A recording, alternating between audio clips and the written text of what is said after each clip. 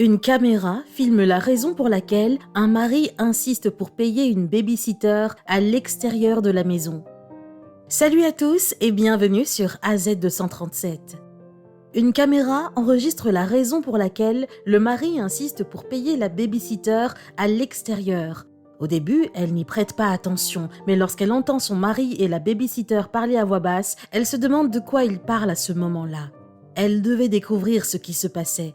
Cependant, après avoir mis son plan en place, elle visionna l'enregistrement et regretta de l'avoir fait. Par la suite, les Richards ont fait parler d'eux en ville. Regardons leur histoire. Mais avant de commencer, voici la question du jour. Il est à moi et à personne d'autre. Je le rencontre tous les jours, et pourtant je ne le connais pas. Qui est-ce ? Donnez-nous votre réponse dans les commentaires. La réponse exacte vous sera donnée à la fin de la vidéo. N'hésitez pas à liker la vidéo pour nous encourager et si vous êtes nouveau sur la chaîne, abonnez-vous et activez la cloche de notification pour ne manquer aucune de nos prochaines vidéos. Les Richards semblaient avoir tout ce qu'ils pouvaient désirer. Une famille heureuse, c'est ce que recherchent tous ceux qui veulent s'installer et les Richards l'ont certainement. Ils ont tous deux réussi dans leur carrière. John est avocat et Grace est agent immobilier. Ils n'ont pas pu le croire lorsqu'ils ont appris que Grace était enceinte. Ils se sont tous deux réjouis de la bonne nouvelle. Ils étaient aux anges, mais leur joie sera de courte durée car ils devaient faire face à une série de défis. Grace avait toujours voulu être mère et maintenant que cela allait se produire, elle ne pouvait pas être plus enthousiaste à l'idée de rendre les choses encore meilleures. La grossesse se déroulait sans problème, mais les difficultés ont commencé dès la conception. Elle a rapidement souffert de dépression postpartum et a lutté pour retrouver son corps d'avant la grossesse. Elle savait qu'elle devrait trouver une baby-sitter pour son enfant chéri une fois qu'elle aurait repris le travail. Après avoir cherché pendant un certain temps, elle a trouvé une baby-sitter appelée Anna. Elle était incroyablement séduisante et appréciée de ses voisins. Grace était sûre de l'engager, mais il y a eu une complication qu'elle n'avait pas prévue. Elle a observé le comportement coquet d'Anna peu de temps après l'avoir embauchée. Elle a commencé à avoir des soupçons sur sa baby-sitter. Elle a essayé d'oublier, mais elle a vite trouvé des excuses pour y réfléchir. Un jour, elle a surpris une conversation à voix basse entre la baby-sitter et son mari. De quoi parlait-il ? Elle était méfiante et jalouse, et elle avait besoin de savoir ce qui se passait. Grace était de plus en plus consciente que leur relation avait changé au fil du temps. Cela pourrait être dû à ce qu'elle craignait. Après tout, elle avait donné naissance à un enfant et n'avait plus la vitalité ni le physique qu'elle possédait auparavant. En temps normal, elle aurait ignoré ses inquiétudes, mais maintenant, elle avait une raison d'être méfiante. Elle était à court de mots dans cette situation. Elle a réfléchi et s'est demandé, impuissante, ce qu'elle devait faire dans cette situation. Elle savait que quelque chose se passait entre eux, mais elle ne savait pas comment interroger son mari. Elle pensait que si elle trouvait le courage de le confronter maintenant à ce sujet, il pourrait se sentir blessé qu'elle ne lui fasse pas confiance. Au lieu de cela, elle a choisi de rassembler plus de preuves avant de faire d'autres déclarations. Après tout, ce n'était peut-être rien. Elle a attendu qu'ils soient tous les deux partis pour mettre son plan à exécution. Elle a installé 2 caméras cachées, une à l'intérieur et une à l'extérieur de la maison. Elle a continué à agir comme si elle n'avait aucun soupçon. Mais plus le temps passait, plus elle se rendait compte de leur comportement inhabituel.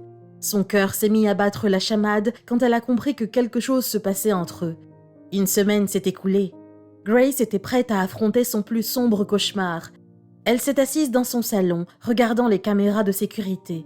Elle a prié contre toute attente que son intuition soit incorrecte. Elle a fait une pause pendant qu'elle passait en revue les images. Elle continuait de regarder nerveusement, son estomac se tordant chaque fois qu'elle voit son mari et Anna seuls dans une chambre. Il ne lui a pas fallu longtemps pour remarquer la tension entre eux. Anna a progressivement réduit l'écart entre eux. Ils étaient toujours seuls. Et il n'y avait plus aucun doute, elle le draguait. Mais quelle serait sa réaction ? Le regard de Grace était fixé sur l'écran. Pendant qu'elle regardait la vidéo, elle a décidé de fermer la porte de sa chambre pour que personne ne puisse voir ce qu'elle faisait. Elle était sur le point de fermer la porte quand elle a entendu quelqu'un approcher. C'était Anna. Elle est entrée et a expliqué qu'elle était là pour récupérer son paiement mensuel. Grace esquissa un sourire et lui dit que John l'attendait. Son mari apparut alors et dit « Grace, je m'en occupe, ne t'inquiète pas. » Il a insisté pour accompagner Anna à sa voiture et la payer.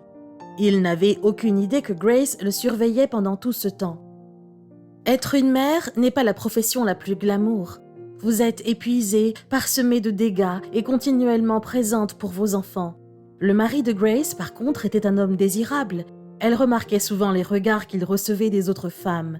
Elle s'efforçait de ne pas y penser, mais cela persistait au fond de son esprit. Mais la façon dont leur babysitter le regardait ce soir la rendait nerveuse. Grace a vu qu'Anna se comportait bizarrement avec son mari. Ce soir, elle a su qu'Anna préparait quelque chose quand elle l'a vu poser sa main sur le bras de John. Grace a observé Anna et son mari alors qu'ils marchaient dans le hall. Ils se sont arrêtés. Elle aurait aimé pouvoir écouter ce qu'Anna disait. Son cœur s'est serré en regardant son mari conduire Anna à l'extérieur. Puis elle est allée directement sur le flux en direct de la caméra extérieure. « C'est le moment », a-t-elle raisonné. Son mariage était au bord de la désintégration à ce moment-là. Mais il y avait un problème. Ils semblaient être en train de se disputer. Anna a commencé à sangloter et John est rentré à l'intérieur. Que se passait-il ? Grace s'est précipitée à la rencontre de son mari. « Que s'est-il passé ?» a-t-elle demandé. « Je l'ai viré », a dit John. « Pourquoi ?» demanda Grace. John lui fait signe de s'asseoir. Grace se préparait à ce qui allait se passer. Elle ne pouvait pas en croire ses yeux. John exprima son mécontentement quant à la façon dont elle le traitait. Il poursuivit. « Je n'aimais pas la façon dont elle me regardait ou me parlait. Elle flirtait constamment avec moi et j'avais l'impression qu'elle te méprisait complètement. Elle me mettait mal à l'aise. Je lui ai dit plusieurs fois d'arrêter, mais elle n'écoutait pas, alors je n'avais pas le choix. C'était complètement inapproprié. » Grace ne s'est jamais sentie aussi heureuse ou coupable, alors elle a avoué. Elle lui a fait part de son inquiétude. Elle a affirmé qu'elle était au courant de ce qui se passait entre eux et qu'elle avait installé une caméra. Elle aurait dû lui faire confiance après avoir demandé son pardon pour avoir fouiné. Elle a avoué qu'elle avait été mal à l'aise après l'accouchement et qu'il ne s'intéressait plus autant à elle qu'avant. Elle s'est mise à pleurer. Elle a informé John qu'elle avait l'impression que toutes les personnes qu'elle connaissait avaient réussi à se remettre sur pied après avoir donné naissance, mais qu'elle devait faire face à ses insécurités et à la dépression postpartum. Elle n'avait pas perdu le poids de l'enfant et elle soupçonnait qu'il ne la trouvait plus attirante, ce qui aggravait la situation. Son mari a été surpris par sa remarque. Il n'avait aucune idée de ce qu'elle ressentait, et même s'il n'appréciait pas qu'elle se méfie de lui et qu'elle aille si loin, il s'est rendu compte qu'elle aurait simplement dû être honnête avec lui surtout. Il savait comment cela avait dû paraître parce qu'il n'avait pas interagi avec elle de manière honnête et mature.